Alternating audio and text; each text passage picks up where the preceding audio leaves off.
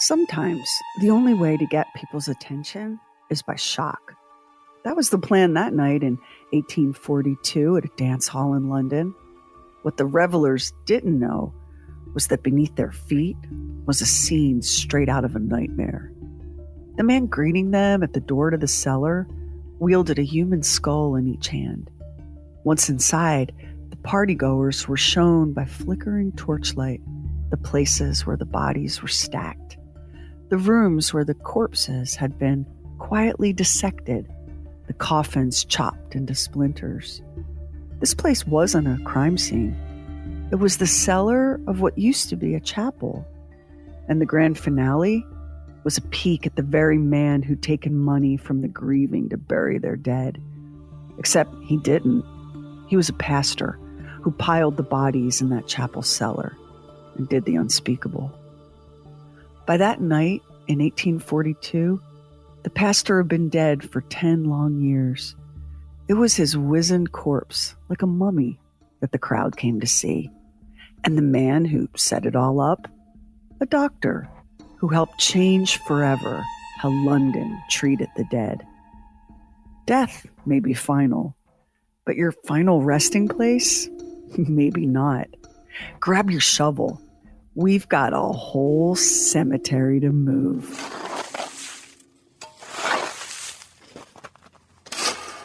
And make out a small beam of light against the mirror.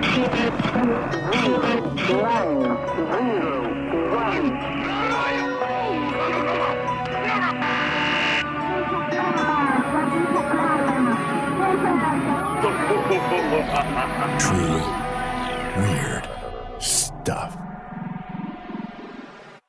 Death is the ultimate finality, and the grave our final resting place. But when it comes to cemeteries, we don't give those much thought at all until we're standing in one, watching a casket being lowered into the freshly turned earth. There are more than 20,000 cemeteries in the United States, covering more than 1 million acres of land. Those are the registered cemeteries. Add in roughly 91,000 cemeteries that the U.S. Geological Survey describes as missing, and about 700 pet cemeteries. And now you've got a whole lot of places in America to go pay your respects. And that's just the official number. There are countless private burial sites, including those held sacred by Native Americans. The number of abandoned African American cemeteries isn't even known. Many were destroyed, paved over, sacrificed to the building of highways, stadiums, strip malls, and suburban developments. About 117 billion human beings have been born on this earth, and 7.8 billion of them are alive right now. But not forever, and not for long in the grand scheme of time. All those people have to go somewhere when they die, right? In America today, about 36% of people choose to be buried versus cremated. In Japan, 99.7% people elect to be cremated. Because death, like everything else, is cultural. Japan is a tiny island nation with little space to spare. Unlike the U.S., with its seemingly unlimited places in which to expand. 3 of the largest cemeteries in the world are right here in America. We don't get bragging rights for the biggest. That goes to Iraq's Wadi Salam Cemetery, spanning 1,500 acres and home to more than 5 million interred bodies. The dead are everywhere, because of course they are. We don't like to think about or talk about death in American culture. We think it's morbid and depressing. We're more likely to die in hospitals than at home. It's strangers, professionals in the mortuary business, who prepare our bodies for burial or cremation, not family members or friends. We're so squeamish about death and dying that it makes you wonder if that's why Halloween is such a huge holiday in the U.S. Maybe cosplaying death and decay is our way of releasing the tension that builds up in a culture like this, a culture of death denial.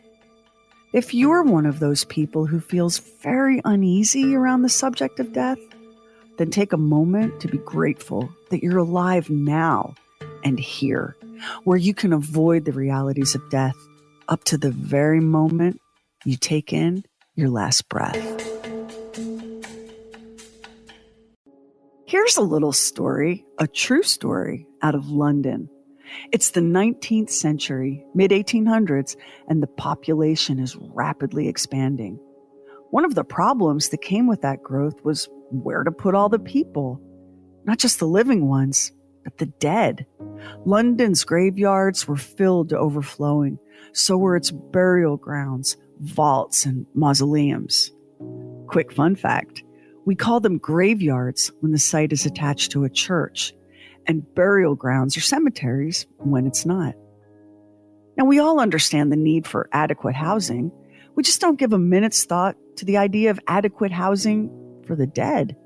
In 19th century London, things reached a point where even the oblivious living were forced to confront the problem of what to do with all those corpses and bones that were piling up everywhere.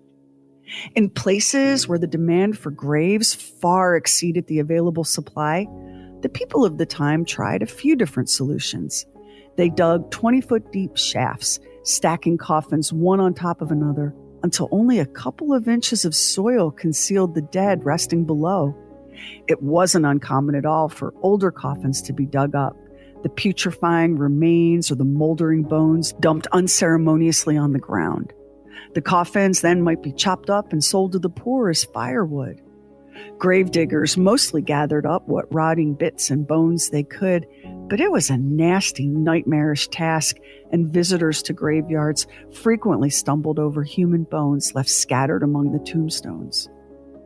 Not only was tripping over a moldy human femur enough to give you a fright, Victorian England was firmly convinced that the grave was a festering source of disease, a dire threat to the living forced to breathe the foul air of the dead. This particular theory of disease, as caused by breathing unclean air, was called miasma. The notion of miasma, a sort of poisonous, foul-smelling vapor that caused sickness and death, may have originated in the Middle Ages, but it was still going strong in 19th century England. As the largest city in the world at the time, London was battling all of the problems that come with a massive population explosion, like human waste. That stuff was piling up everywhere. Fly-covered heaps in courtyards, overflowing cesspits and basements, streams of foul liquid running through gutters, flowing into canals and waterways and rivers. It was a perfect setup for outbreaks of disease, typhoid, scarlet fever, and most terribly, cholera. Cholera is a bacterial disease that can cause severe diarrhea, leading to dehydration and even death if left untreated. It's spread through contaminated water and food, which is why cholera's favorite places are those with poor sanitation and dirty drinking water. Places like Victorian London, where sewage ran through the streets and into the River Thames. Few people, if any, seem to make the connection between rivers of human waste and disease. And fewer still guess that London's overstuffed and festering graves might be a contributing factor as well. It's hard for us to understand. We live in a sanitized world where death happens behind closed doors. The idea of sitting in church, the stench of decay thick in the air, or having a job that requires you to constantly handle decomposing flesh, for us, that's a horror movie. The people of London didn't love it either. They just didn't know any different. Enter Dr. George Alfred Walker. He was a doctor, and he was convinced that the number one health problem facing London and its residents was the dead. To be more specific, it was the way the dead were disposed of that caused a poisonous miasma that hung over the city like a putrid fog. It was, Walker said, the gases emanated from decomposing bodies that was the real culprit. No one at the time had much trouble accepting this. It was well known that graveyard gases were a real and really awful phenomenon. It was a routine part of an undertaker's job to be called to drill holes into coffins resting in church vaults It was called tapping, to prevent them from exploding. There were even rare cases where people had died from suffocation upon breaking open a swollen coffin and breathing the gases inside. One of Walker's pet examples of just how wretched burial conditions in London were was the Enon Chapel. It was located in the slums, nothing fancy. It had been built in the 1820s to serve as what was then called a burial speculation. Get ready, because this is gruesome. A burial speculation was a church that offered a very specific service. With cemetery plots as we know them, something that only the wealthy could afford, these churches gave the poor an affordable alternative. Dead bodies would be piled by the hundreds and thousands into the cellars of places like Enon Chapel. The church would take money from the grieving who thought they were paying for a burial. The church also collected donations from those attending services in buildings where the dead were piled just beneath their feet. The stench could be overpowering. It became customary for gagging parishioners to endure sermons with handkerchiefs pressed to their noses. Then they'd get home from church only to discover what they called body bugs clinging to their clothing and nestling in their hair. Did people get sick? Oh, yes, they did. Not from breathing the revolting air, but from the bacterium multiplying in the decomposing flesh beneath their feet. They had no way of comprehending what bacteria even was then, much less why it was making them sick. The grim solution to managing London's shortage of grave space worked out great for the pastor at Enon Chapel. He was selling burials to the poor at a cheap price, raking in the shillings. But you know the saying, if something seems too good to be true, it probably is. Enon Chapel wasn't very large, yet its cellar weirdly seemed to have limitless space for bodies. Questions started to be asked. Rumors started to spread about what was really happening underneath Enon Chapel. And this is one of those times when the rumors turned out to be true. Grave workers would be sent into the cellars to haul out the oldest corpses to make room for new arrivals. Those old corpses were piled into wagons and dumped into the River Thames. But not always. Sometimes remains would just be flushed right into the sewer that flowed beneath the chapel. Sometimes bodies would be hacked and chopped into smaller pieces to make way for newcomers. Dr. Walker painstakingly documented the effects all this corpse handling had on the workers. He noted a range of afflictions. Pain in the head, heaviness, extreme debility, lacrimation, violent palpitation of the heart, universal trembling, with vomiting. Dr. Walker pleaded with the government of London to enact a series of cemetery reforms. Graveyards are laboratories of malaria, so many centers of infection, constantly giving off noxious effluvia. Only the differences in locality, atmosphere, and individual constitutions render such gases a slow or energetic poison. Government officials at least listened, which was more than the Bishop of London consented to do, but they weren't convinced. Walker even tried appealing to their humanity, calling their attention to the appalling desecration of human remains. I have seen them play at what is called skittles, put up bones and take skulls and knock them down, stick up bones in the ground and throw a skull at them as you would a skittle ball. The reality was, there was hardly the political will to attend to the needs of the poor who were alive. Did you really expect them to care about the poor who were dead? And besides, Dr. Walker's fellow physicians themselves weren't convinced that stench led to disease. The Royal College of Physicians suggested that the real issue had more to do with the effect liquefying, decomposing bodies had on wells and the water supply available to the poor. Which, yes, exactly. Thank you very much. But remember, Dr. Walker was focused on the noxious miasma, not the polluted groundwater.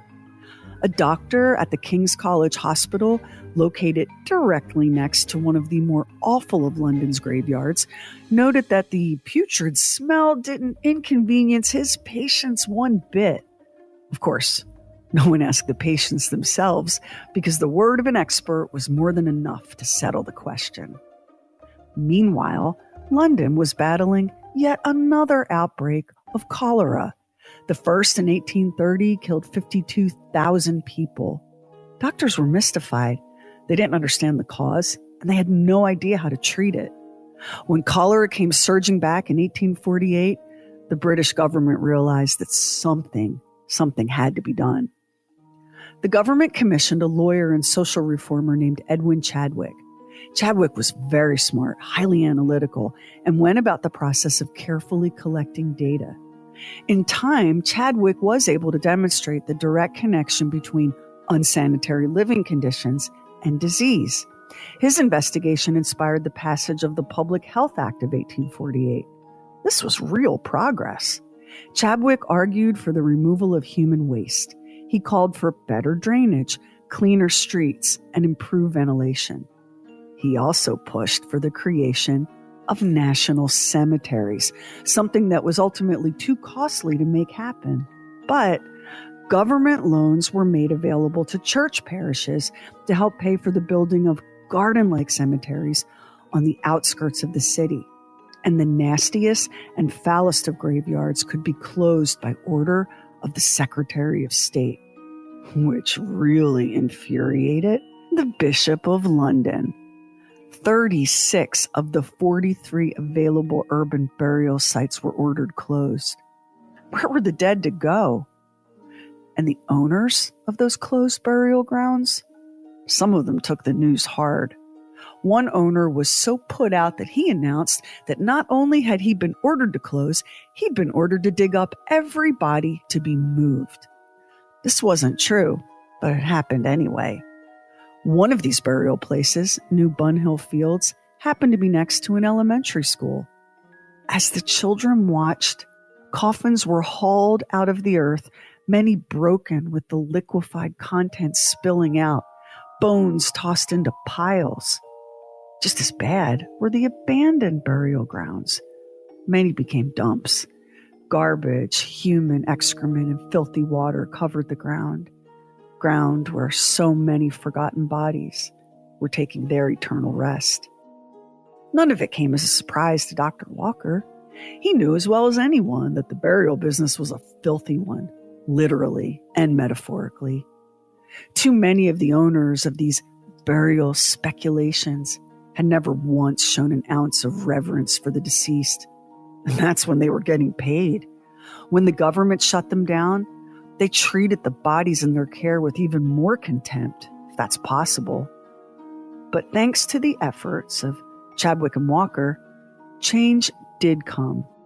Even Dr. Walker was pleasantly surprised to see what the large and affluent parish of St. Pancras did with the dead when they opened in July 1854. It was a cemetery laid out like a park, graves in the style of a garden. Not only did it attract the grieving, it attracted people who just wanted to stroll in a beautiful setting. It couldn't have been more different from that ghastly, foul cellar at Enon Chapel, where the dead lay rotting in piles on the filthy floor. That's the same chapel where Dr. Walker invited the revelers at that dance hall to come into the cellar to have a peek at how the dead used to be treated. It's super comforting, isn't it, to think that such things happened an ocean away a very long time ago? Except that's a fairy tale. See, once upon a time, the city of San Francisco had 30 or more cemeteries. Today it has 2, the San Francisco National Cemetery in the Presidio and the Mission Dolores Cemetery. So what gives? Are the people of San Francisco immortal? All 808,473 of them? Because if they're not, then where does the city put its dead today? And what happened to the 28 or so cemeteries that no longer exist in San Francisco? Where did those people go? Let's go back to 1900 San Francisco. Many of the city cemeteries were just about as nasty, poorly kept, and badly regulated as any in Victorian London. Coffins were the exception, not the norm. How many people didn't even bother with a cemetery? They just buried their dead in whatever spot happened to be available. And you know what that means. Kids and dogs often stumbled upon human bones and human remains. Big yikes. As graveyards filled and the population grew, a conflict began brewing between the living and the dead. Wealthy property owners argued that cemeteries brought down land values, a classic example of not in my backyard. And besides, the land those cemeteries sat on was far too valuable to be occupied by the deceased. Oh yeah, and it was also unsanitary to have all these dead bodies lying around. So, San Francisco came up with a pretty extreme solution. In March 1900, the city's Board of Supervisors passed an ordinance called Prohibiting the Burial of the Dead in the City and County of San Francisco. With a stroke of a pen, all burials were outlawed within city limits. Now, ordinance or not, people in the city still died and they had to go somewhere, right? That somewhere was 10 miles or so south in the city of Colma, which today has more than 1.5 million graves and fewer than 2,000 living people. That's why it's called a necropolis, a city of the dead. Banning burials in San Francisco only fixed half the problem. What to do with all those cemeteries that already existed, were already full, and were taking up precious land that developers were drooling over? The pressure to put all that real estate to a different use was on. In 1914, the board declared those cemeteries a public nuisance. Mayor Jim Rolfe Jr., they called him Sonny Jim, wrote an open letter to the people of San Francisco. No feeling is more honorable or credible than respect for the dead. The duty of government, however, is always more to the living than the dead. We must provide for expansion of our city. It must be a city of homes. And so, the cemeteries of San Francisco were to be closed, and every single body had to be dug up, removed, and relocated. And that's just what happened, and in the most respectful and dignified manner possible.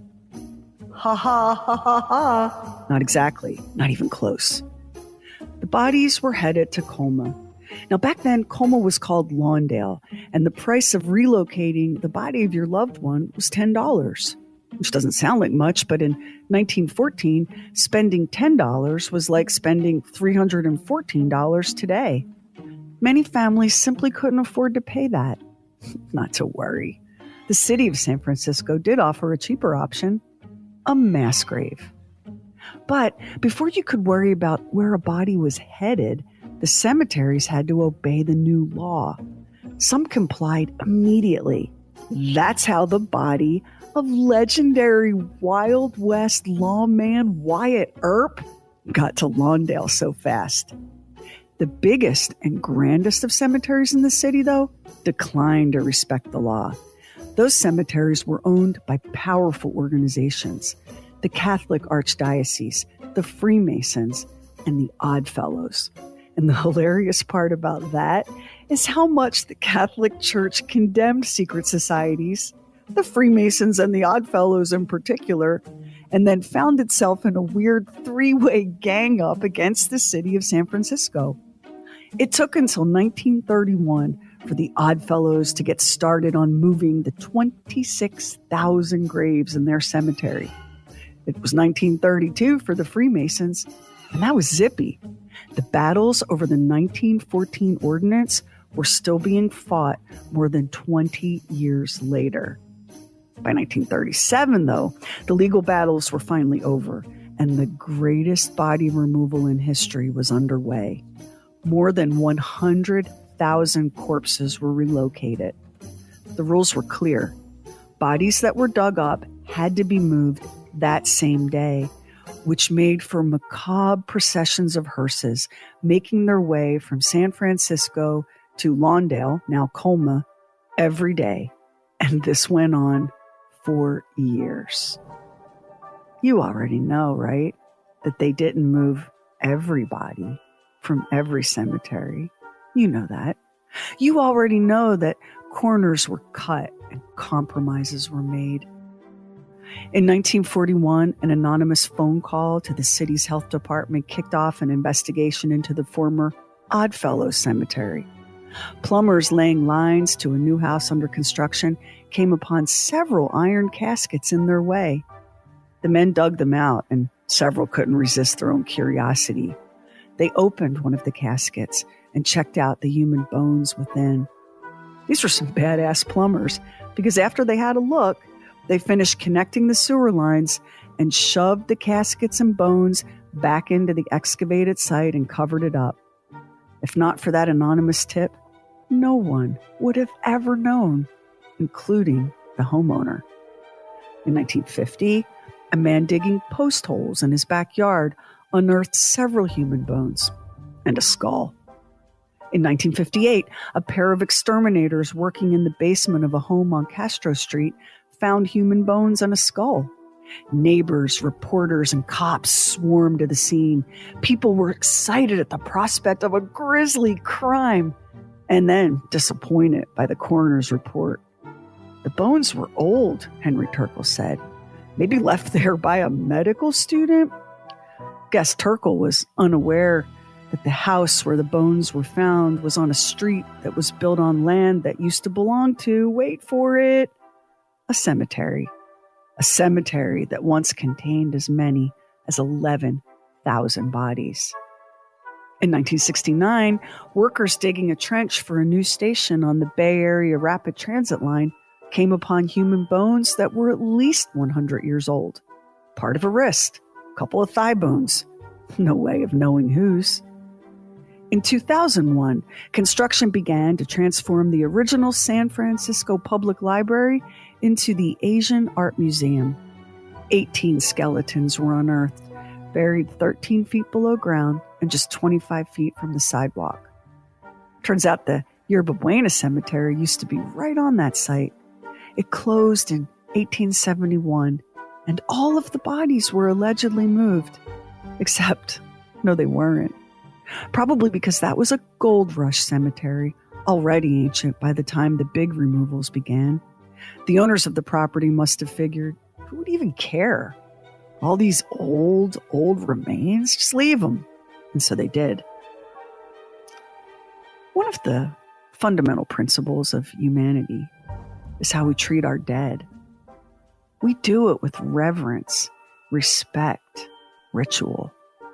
So it feels outrageous and awful to learn that human remains were just scattered like that around the city. Were these just a handful of graves that somehow got missed in the big removal? Or was it intentional? And was the reason money? When it came time to relocate the dead to Colma, the poor, as always, got the usual raw deal. Thousands of bodies were just left in the ground, like the bodies under what later became Lincoln Park Golf Course. But most of the golfers who play there have no idea what lies beneath those greens and sand traps.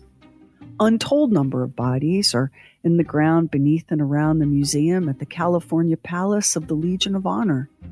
Construction workers doing upgrades to that museum in the mid-1990s kept unearthing human skeletons. These were the remains of people who had no one to claim them. Bodies that were a burden to the owners of the closed cemeteries. Bodies that were cheaper and easier to plow over than to move. In fact, many residents of San Francisco are happily oblivious to the fact that their neighborhoods and homes were built directly above what once was the final resting place of the dead. And why not, right? The dead can't hurt you. Isn't that what we tell ourselves? And besides, you don't believe in ghosts, do you? Now, what about all those headstones and grave markers Were those carefully transported to their new final resting place in Colma's City of the Dead? Ha ha ha, ha ha ha. Not exactly. Not even close. It was costly enough to move a body. Few could afford to move a grave marker, a headstone, or a monument. It was the Great Depression, and every nickel was needed for food and shelter. It was up to the San Francisco Department of Public Works to find a use for those discarded slabs of stone. Tons and tons and tons of gravestones had to be dumped somewhere. One of those places was San Francisco's Aquatic Park. Today, it's part of America's National Park System. Maybe you've been. It's on the city's northeast waterfront, surrounded by Fisherman's Wharf, the Maritime Museum, and the legendary Ghirardelli Square. People swim there, even though the bay is cold as balls. The seawall at Aquatic Park is one of those things that inspires comments like, "They don't build them like that anymore." That seawall has weathered storm after storm like a boss. And it might be because it was built from granite paving blocks from San Francisco's streets and fortified with heaps and tons of old gravestones and tombs. Constructed in 1938, it's never even been modified, and it's still in great condition today. The Marina District's Yacht Harbor has a seawall made of bricks and carefully placed old gravestones. If you're there, pay attention to the white sections of the seawall. Those white stones were once grave markers. Now take a walk through Buena Vista Park. Notice anything about the rain gutters? Workers smashed marble tombstones into pieces and used them to line the gutters. If you bend down and look closely, you can even see letters and numbers here and there. You won't see names or epitaphs. The workers were very careful to lay those pieces face down. But not every abandoned grave marker found a new home. A lot of them were literally dumped, sometimes intact, sometimes smashed on Ocean Beach. The intention was to create a wall to slow erosion. But years later, beachgoers were a little freaked out when their walk in the sand led them to a tombstone.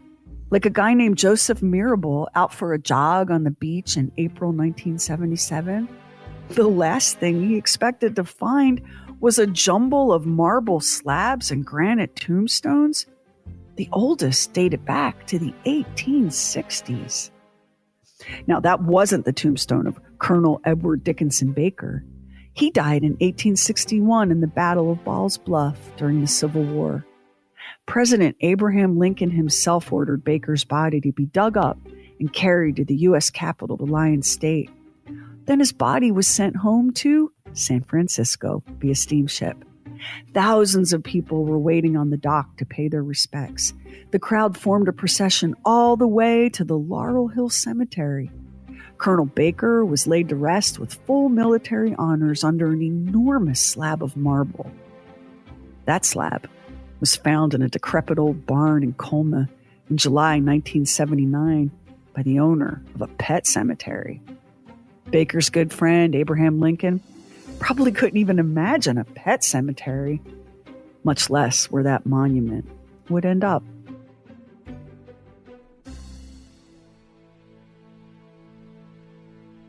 Do not stand at my grave and weep.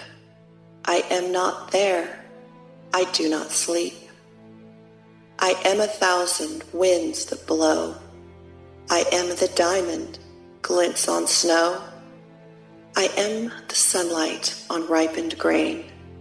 I am the gentle autumn rain. When you awaken in the morning's hush, I am the swift uplifting rush of quiet birds in circled flight. I am the soft stars that shine at night. Do not stand at my grave and cry. I am not there. I did not die. The poet, Mary Elizabeth Fry, nailed it. The word cemetery comes to us from the Greek word koimeterion. 1,000 apologies to Greece and the Greek language for how badly I butchered that. That word means sleeping place, which is interesting when you think about how humans think about death. The ancients called it sleep. The Bible calls it sleep more than 50 times.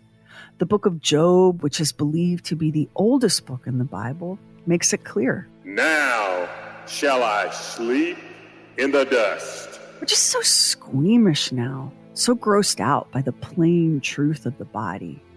We fight the end. When it comes, we fight decay.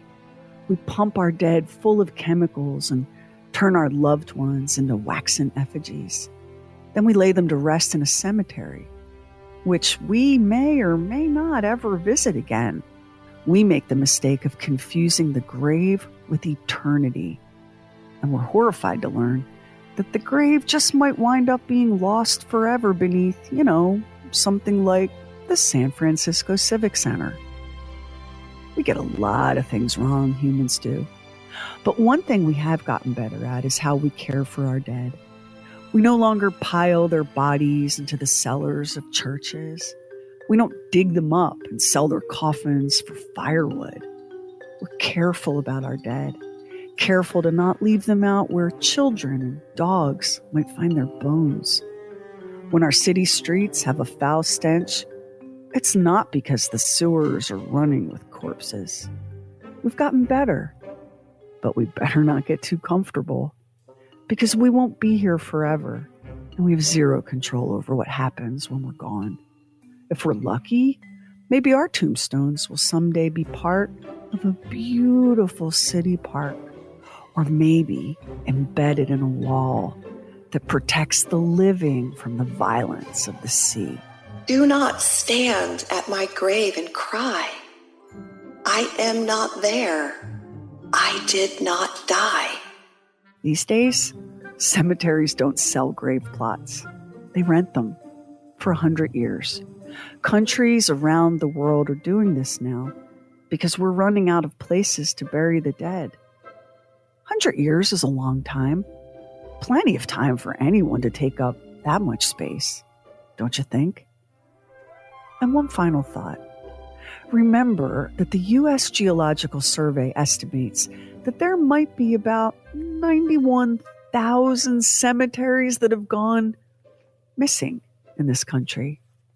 If you happen to live in Kentucky, go ahead and wonder what's under your house, because the Bluegrass State is missing 17,800 cemeteries. 12,400 cemeteries are AWOL in Virginia. And if you live in North Carolina and worry that your house might be haunted, you might be right. With 18,000 or more missing cemeteries, chances are you're near one, if not right on top of one. Not that you believe in ghosts.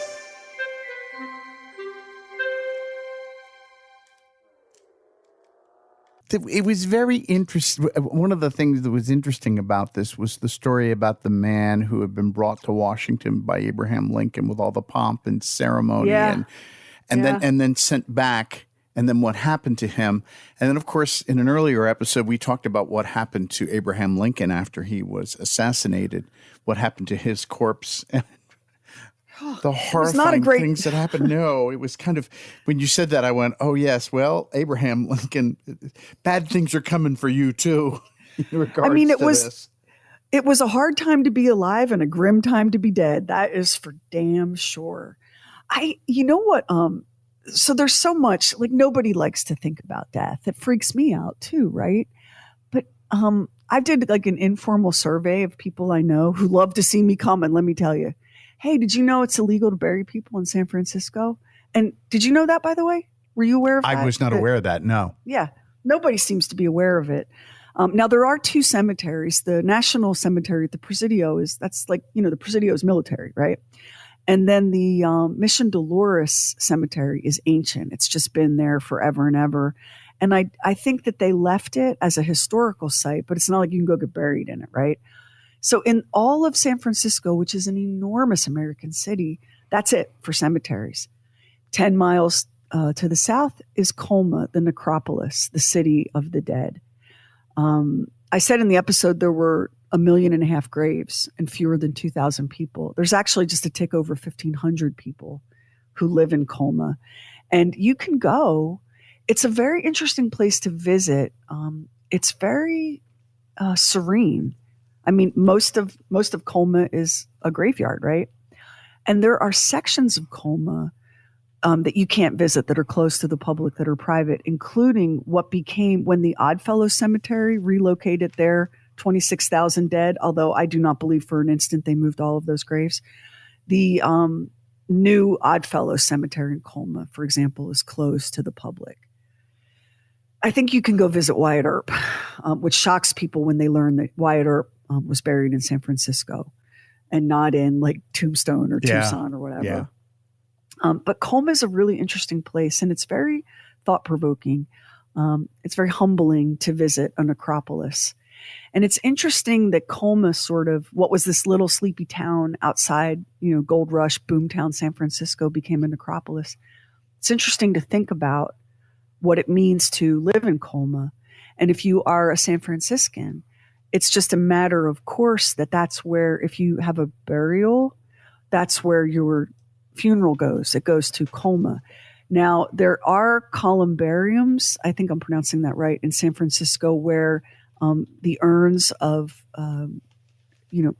cremains, people have chosen to be cremated. You can have your urn installed in a columbarium in San Francisco, but for all intents and purposes, Colma is where San Francisco's dead go now. And it's a really unusual and unique situation. And I get why it's not publicized, right? Mm-hmm. Like, what is there to really say?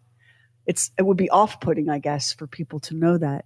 But the simple truth about San Francisco and a lot of places, but we'll stick with San Francisco here. The city is built on the dead.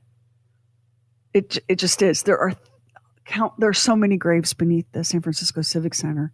We don't even know how many human remains lie beneath the city of San Francisco because of poor record keeping.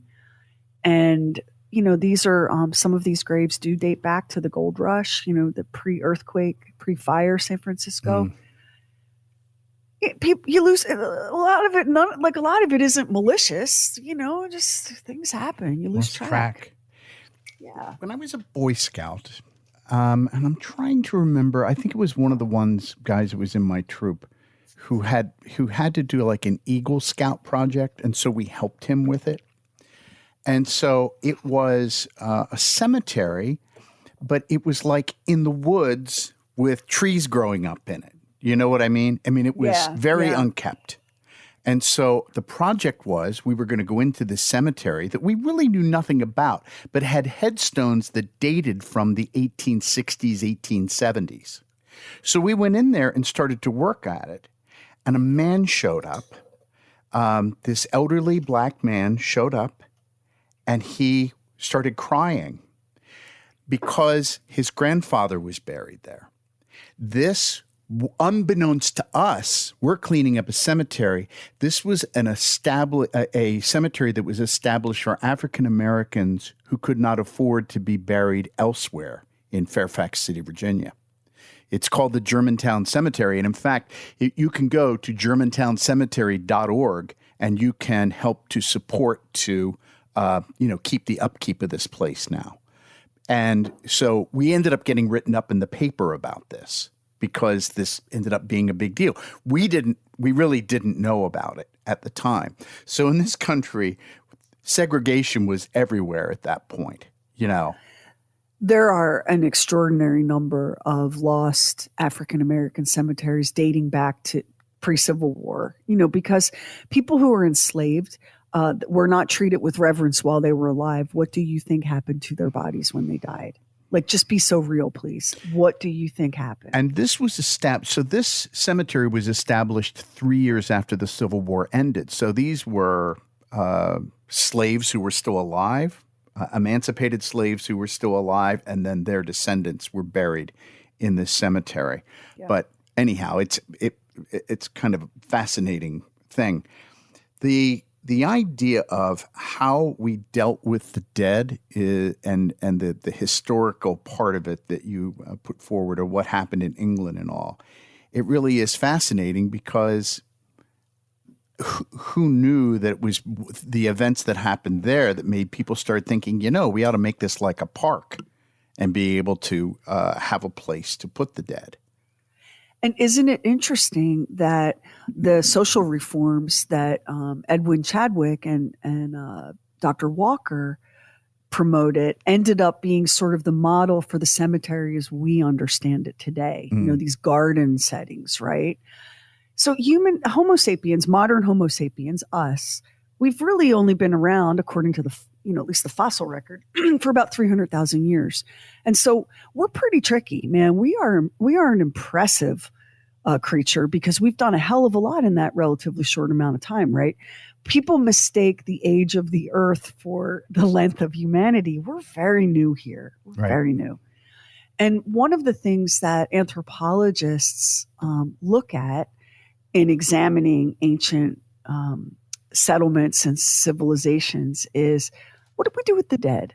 Because it is a hallmark of humanity and civilization, this reverence that we have for the dead. We don't just, an animal, God bless, if a deer dies, the other deer are like, well, shit, that sucks. And then they keep going, right? Because that's just the way it is. It's human beings. We are the ones who practice funeral rituals, although there's some interesting findings about certain animal species and the way that they handle the dead. That's a whole other episode we'll do in the future, I think, maybe. But what was happening in Victorian England, which is not all that long ago, okay? Yeah. And many of you listening right now are descendant from the people who emigrated to the New World from that, is pretty savage. Like when you hear about bodies just stacked up in basements, corpses hacked and sent into sewers, that's pretty horrible. That's the work of something out of a Saw movie. That's serial killer territory. But that was just the way we did. And it's like the great Maya Angelou quote, when you know better, you do better. And in time, we did know better. At the time that the streets were running with decomposing human remains, we didn't have germ theory yet. Like we didn't know anything. Like we were just, clomping around, making a hot mess of things and completely ignorant of the way the body worked, disease, the natural world, all of it. But when we knew better, we did better. And that's kind of encouraging, right? Don't you think, for people that idea that when we figure it out, we do make some improvements? It is. I was thinking about the episode that we have, and I'm sorry I don't remember the episode name, where the people did horrifying things at a funeral home. And this Mommy was and daughter body snatcher. Right. Yep. And so that was just not long ago. And I think about what happened at Enon Chapel. There is something about all of this where they take people's grief and it is for the darker side of human nature a way to make money with it and to not follow through in the way you said you were going to follow through. Because, hey, the dead aren't going to complain. It's its own kind of evil. Like it's greed and avarice and all of that. But then it has its own skin of evil laid on top of all of that. It's so incredibly filthy. Yeah. It's just, I don't know. And that happened down in Atlanta where they were supposed to be cremating and they were giving them, the remains were not their remains. Cement, dust, sand. Horrifying. Yeah.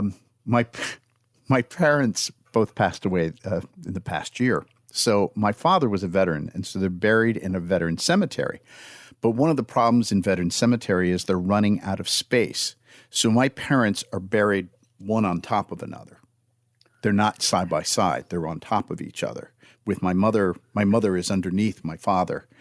And my nephew, who has a very wry sense of humor, he said, I can just imagine friends in the great beyond complaining about this to somebody. Yeah. she's not on top. She's not on top, But that, what you just described is very similar to the practice in Victorian England of digging these very deep shafts and stacking the coffins one on top of the other. This is why, like in Japan, death, death practice, death rituals, ideas about death are so cultural. They are not universal. And in Japan, it's a very small island nation. They got no room to bury you. 99.7% of the dead are cremated. And there's something really beautiful about people who cremate and then scatter the ashes. That is so much more like environmentally sound in so many ways than filling up millions of acres with not just bodies, but in our modern age, these bodies, there are concrete vaults and grave liners to keep water and, the natural elements out, steel caskets, and bodies that have been heavily embalmed. And so the chances of ashes to ashes, dust to dust, not only is it going to take forever for that to happen, but there's all of this like nasty toxic stuff seeping into the earth and the groundwater, which is why more people are beginning to explore what's called a green burial, where you are not embalmed, or there's an embalming practice that is very limited, buys you just a couple of days, and it's not nearly as toxic. But that would be its own episode all by itself. And you're wrapped in a shroud and placed in the earth, and a more natural form of decomposition is allowed to take place. So there are people that are electing for green burials. In America now, the majority of people are not choosing to be embalmed and interred. It's only like 36%. So we are kind of moving away from that. And we probably need to, because A, land scarcity, and B, look at what we're putting in the ground. That is not your grandpa. That is your grandpa. As Mary Elizabeth Fry said, your grandpa is not in that waxen body, in that steel casket, in that concrete vault. And part of the issue with death being so cultural, and our squeamishness about it, and our refusal to think about it or deal with it, the way we die in hospitals and nursing homes, the way we're afraid to touch a dead body, the way we have an entire professional class tasked with handling that. We are very, very far from our natural selves in the way we handle death in American culture right now. Well, I think that has probably changed in the last 20, 30 years maybe, because I can think when my grandmother passed, they laid her out at a funeral home and had put makeup on her. And I remember people would say she looked so natural, and I would think to myself, I was a kid, and I went, she doesn't look natural to me. She doesn't. When my cousin died, my cousin was 6'6", and he was, not only was he tall, he was big. He had hands and feet that were big. He was an accomplished athlete. He was just an amazing. And when they laid him out, his body had been ravaged by cancer.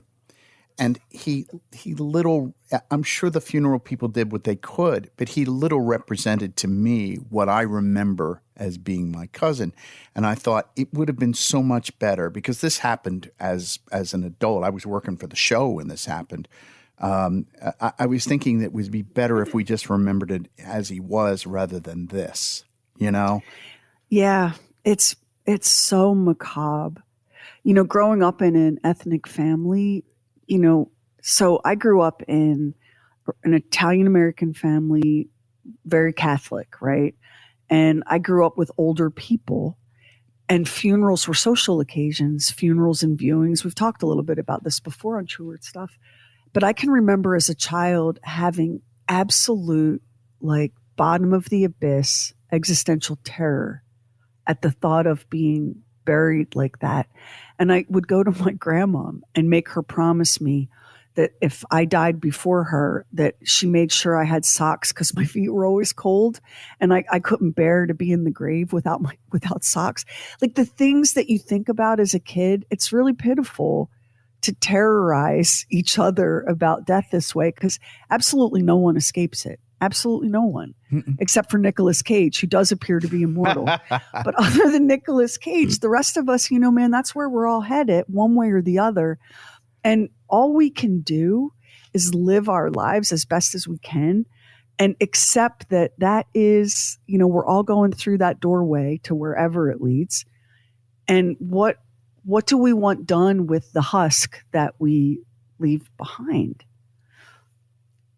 So it's complicated in America to think about death and talk about death. It freaks people out. And one of the things that I found, it made me giggle a little bit. So the U.S. Geological Survey, the USGS, part of the government, used findagrave.com. So findagrave.com seems like a goofy website, like, oh, let me go see where Elvis Presley is, right? But findagrave.com is a tool for people doing genealogical research, and true crime podcasters use it. And the U.S. Geological Survey uses it too, because it's a pretty comprehensive database. The only problem is that it's a pretty incomplete database because of all of these abandoned, lost, missing, private, unregistered cemeteries, which are all over the United States, everywhere. And I just shouted out 3 states that have a very high number of cemeteries that are missing, cemeteries that were once registered and then they fell off the radar.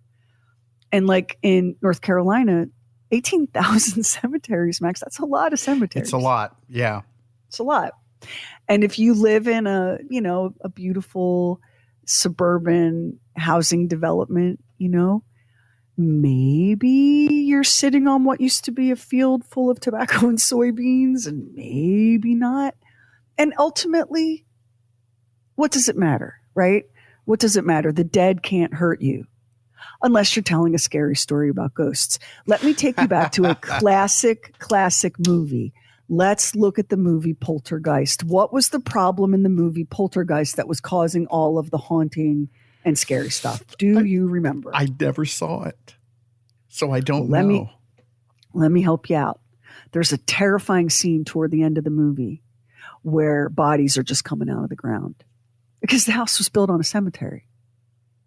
See, that's a running thing in American pop culture, in horror, right? Right. The idea, you've heard, like we used to joke, the old radio station that we worked for, that place was so afflicted with misfortune that we were like, is this thing on a graveyard that was not desanctified? Like, what is going on here? Wouldn't surprise me. Wouldn't surprise you.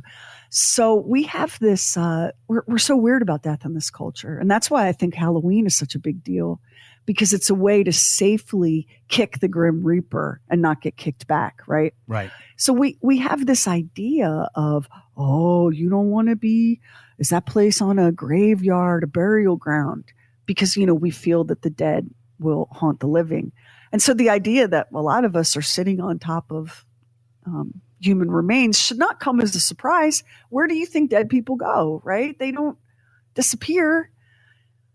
And we're so squeamish about it that we've created a whole genre of storytelling to scare ourselves and comfort ourselves, because horror stories are both scary and comforting at the same time. It's very scary to think that the bodies of the dead will rise again and terrorize you, but it's very comforting to know that that's just a story, right? Mm-hmm. And that you, the living, have more power. So there's a lot to this idea of cemeteries in our culture, memorial gardens, as we call them in a lot of places. And this idea that when it becomes inconvenient, we knock the tombstones down and we build on top of it.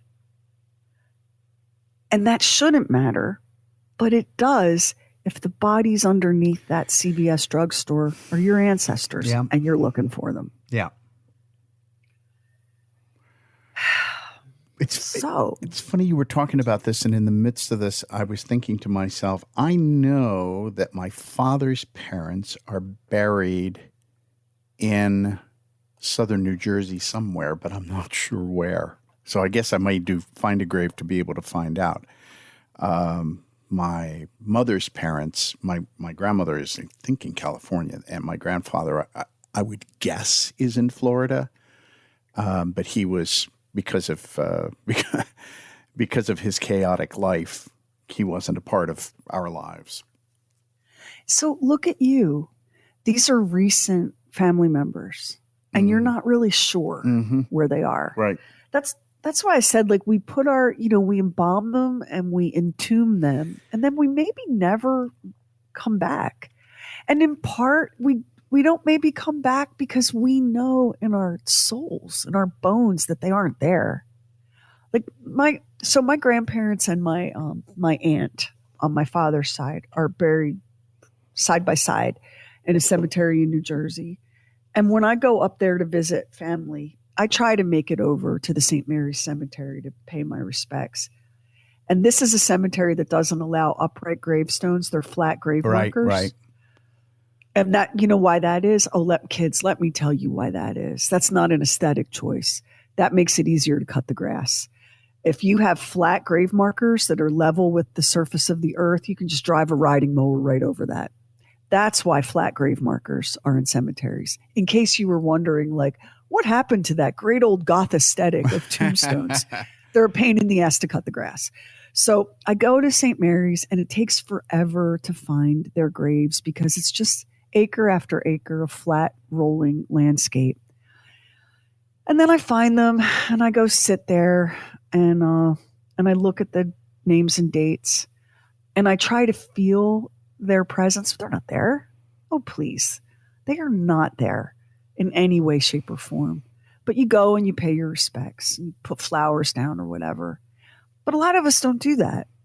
And so it's very easy to lose track of a grandparent, or in your case, a great grandparent. Mm-hmm. You don't live in the state where those people are buried. You have what, if any memories at all, very dim memories. You were maybe 6 or 7. Right. So they're real to you, but they're not in the same way. And this brings up the land use question.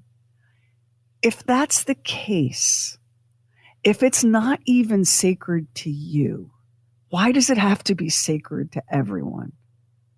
Isn't there a better way to handle the death process and the grieving process than that? So, like, what would your response to that be as someone with family members who are interred there? What difference does it make to you if this ground is reused? Because I want them to be respected because they're my ancestors, even though it's just their remains. You know, I mean, yeah. I think there's a sense of that. I think that we're forever connected to them, and it's a representation of what they were.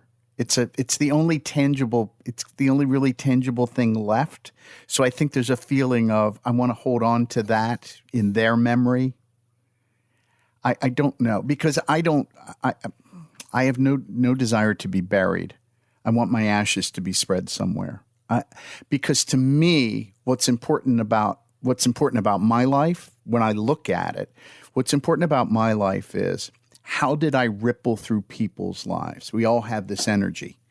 And how did we use that energy? Did we use that energy for rippling in a negative way, or did we do it in a positive way? And did we ripple in a way that ripple is so far away from us that it's affecting somebody who we would never even think that it's affecting? Do you see what I mean? Totally. And so to me, that's all that's important. And in that way, we continue to live. That energy in that positive way is how we continue to live on. And that scattering of your ashes becomes a physical representation of that. Exactly. Some of Max will stay close, and some will be carried on the wind, and we'll never really know all the ways and hows of how your earthly remains impacted the environment.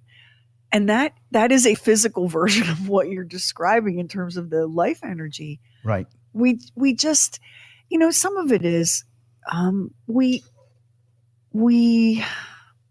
struggle with the idea of eternity and a soul.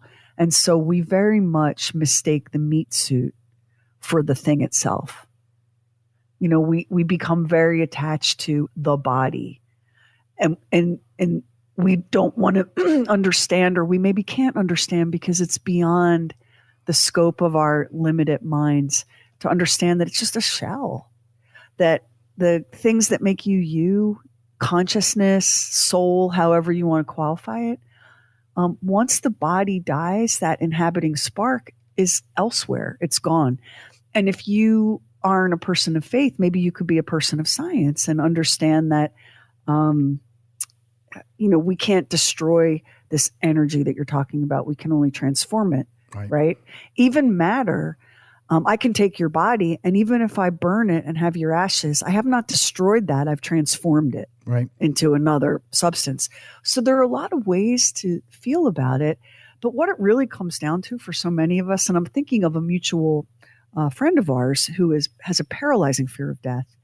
And what he fears is not the death of the body or even the death of the soul. It's the death of the ego. You can tell this person all day long, but you will not die. You cannot die. You will transform. And we don't know what that transformation is, but you will transform. You will go on. And he's like, but I don't want to go on as like something else. I want to be me. That's fear of the death of the ego. But of course, like so many things in life, we don't control that. Control is control over that. Control it's an illusion. It really is. And a drug. Yeah. You know, like some people get really hooked on this feeling, if I can control all these variables, then I'm okay. I'm safe. And of course you never are, right? No. Like you're just a person. You're doing the best you can. You're made of meat and you're clinging to a rock, and everything that is important, that is you, is made up of all the things that make up the universe, the stars and the planets and the nebulae and the asteroids. Look at you, made of stardust and meat, clinging for in a brief second to a watery rock that's hurtling through the void, and who the hell even knows anything? You know? It's true, but like settle down. Like that's it. But nonetheless, when I look at a starlit night and I am overcome by the vastness of it all, I also think about the fact that I'm a part of this scene too. I don't mean to puff up my own self-importance, but it means that I have a place in all this. You do. And I have a place, I have things that I'm supposed to do. And I think there's something about that is comforting. And then when the work is done, you go to whatever the next thing is. And I don't know what that is. If this is it and there is nothing beyond that, I can't control that, you know? You know what my brother Mark says? Because he and I were riding through the desert talking about death, as lynches are wont to do on a sunny day. I'm telling you, man, we are some creepy people. It's not just me. I come from a clan of creepy people. So we're driving through the desert and chatting about death, and it's a beautiful day, not a cloud in the sky. You know, and my brother said, before I got here, I didn't know anything. I didn't have any pain. I didn't have any fear. I didn't have any worries. And I'm figuring that when I die, I'm going to not have any pain or fear or worries. I'm not going to know anything. I'm not going to be sad. Wherever I was before is where I'm going back to, and it doesn't seem so bad. You know, so that's my brother Mark's take on it. And he does seem to be, you know, sometimes people say things and you're like, yeah, but what do you really think? He really seems to have found his peace and comfort in that idea that there was nothing to be afraid of before he was Mark Lynch, and there's not going to be anything to be afraid of after he's not Mark Lynch. And why not just do the best with what you have while you're here in your Stardust meat suit? And then maybe be delightfully surprised by whatever comes next. So, Max, I will only be able to tell you like a half a teaspoonful of this, but I've been reading about this physicist who is, what's the word? He's theorizing that human consciousness is part of the quantum field. That's it. That's all I got. But I'm chewing my way through it bite by bite, because I would like to do an episode on consciousness. But if you want to have some trippy stuff come your way, start reading about human consciousness, because we don't know what it is. Doctors don't know. Science doesn't know. Neuroscience doesn't know. What is consciousness? Why are we conscious? How is it that we know ourselves? And we also are beginning to discover that we may not be the only species that's conscious. We were very arrogant for a very long time in thinking that human beings were not only at the top of the food chain, we were at the top of every chain. We're beginning to understand that in the animal kingdom, there are other species that are sentient and therefore conscious. I think, therefore I am. I perceive myself, therefore I exist, right? Mm-hmm. We are not maybe the only thing on this planet that is capable of that. So what is consciousness? What does it mean? It's not enough to say, well, consciousness is being alive, right? That doesn't quite get at it. This mystery, this profound mystery of why we aren't just scrabbling in the dirt for food and a mate, why we make art and music, why we have these intense and vast spiritual belief systems. Like, why are we this way? It's consciousness. What is consciousness? Is it an artifact of the living meat body? Or does it exist in some other form or fashion? Right. And so this physicist is looking at consciousness as part of the quantum field. And can that be measured? And that is very trippy. Because, of course, you could then argue for reality as a simulation and all sorts of other fun things that we enjoy doing here on True Weird Stuff. That sounds like a conversation two stoners have at 3:30 on a Saturday morning. Yeah. But you know, I think that one of the things that kind of verifies what you're talking about is what happens to people when they have these near-death experiences. So there's one thing that I accept. I accept that what I know is a tiny, tiny, tiny, tiny, tiny fraction, that so much of this is beyond my ken of understanding. I accept that, okay, there's a bunch of stuff out here I'm not going to understand. But when these people who have had these kinds of experiences, especially after they die, where they are going towards the light and have had these interactions with like family members and all kinds of stuff. Oh my God, I'm connected to them after death too, Sherry. Ah! Yeah. Anyhow, but yeah. The thing is, there seems to be a similarity with the people who are having these experiences. Now, some people will tell you it's just the brain shutting down. And then other people will tell you it's because it taps into something that is beyond that. It is where our essence, where our spirit, where our soul goes when it no longer inhabits this form. And isn't it kind of wonderful to think that, like, you're made of, all the elements that make up the universe, whatever the hell the universe is, because we don't know what that is either, and we're never going to know. How could we ever know, right? That you came from something and you go back and you become something again.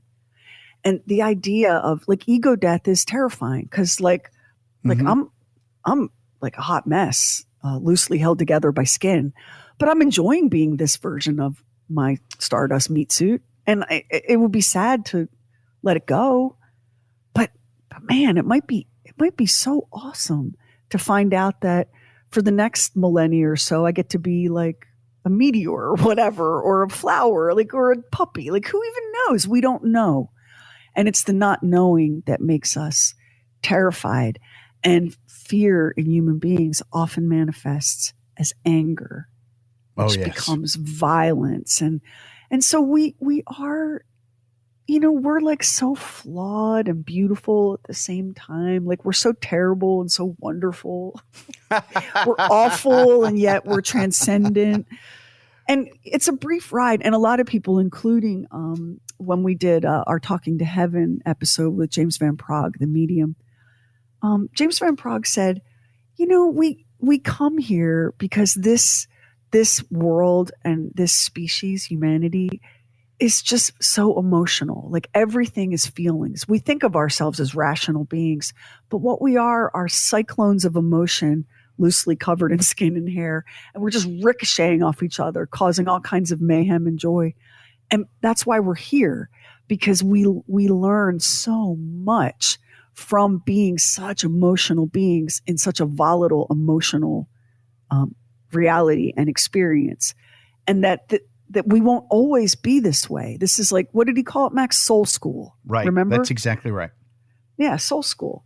So, yeah, I mean, who knows, right? And the idea that your grave is forever, you need to let go of that. You need to let go of that. Your grave is not forever. It is no more sacred than anything else. And you're not even there. That patch of ground that you're so scared to death is going to be plowed over so that a Chipotle can be built on top of it. So what, man? You're not there. That's not you, right? That's not you. I don't want to see like my grandma get dug up so that they can put a Dunkin' Donuts there because that feels wrong. But at the same time, that's not her. That's not you. So if you're listening to this and you live anywhere near San Francisco, like the weekend is here or it's coming, and you should pay you a visit to the necropolis of Colma. Necropolis is my new, that's my new vocabulary word from this episode, by the way. The city of the dead. Colma.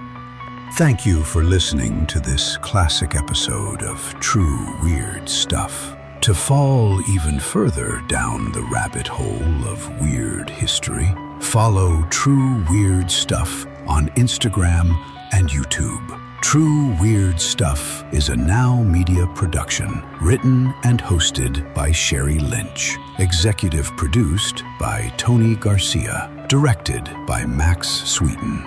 Additional support from producers Carrie Bowser and Stephen Call. Our digital witch and social media cult leader, Heather Furr. Original graphics by Kevin Nash. Original artwork by Olivia Axland. True Weird original music composed and performed by Jack Griffin and Zane Nash. Copyright 2026 Now Media. All rights reserved. All wrongs remembered.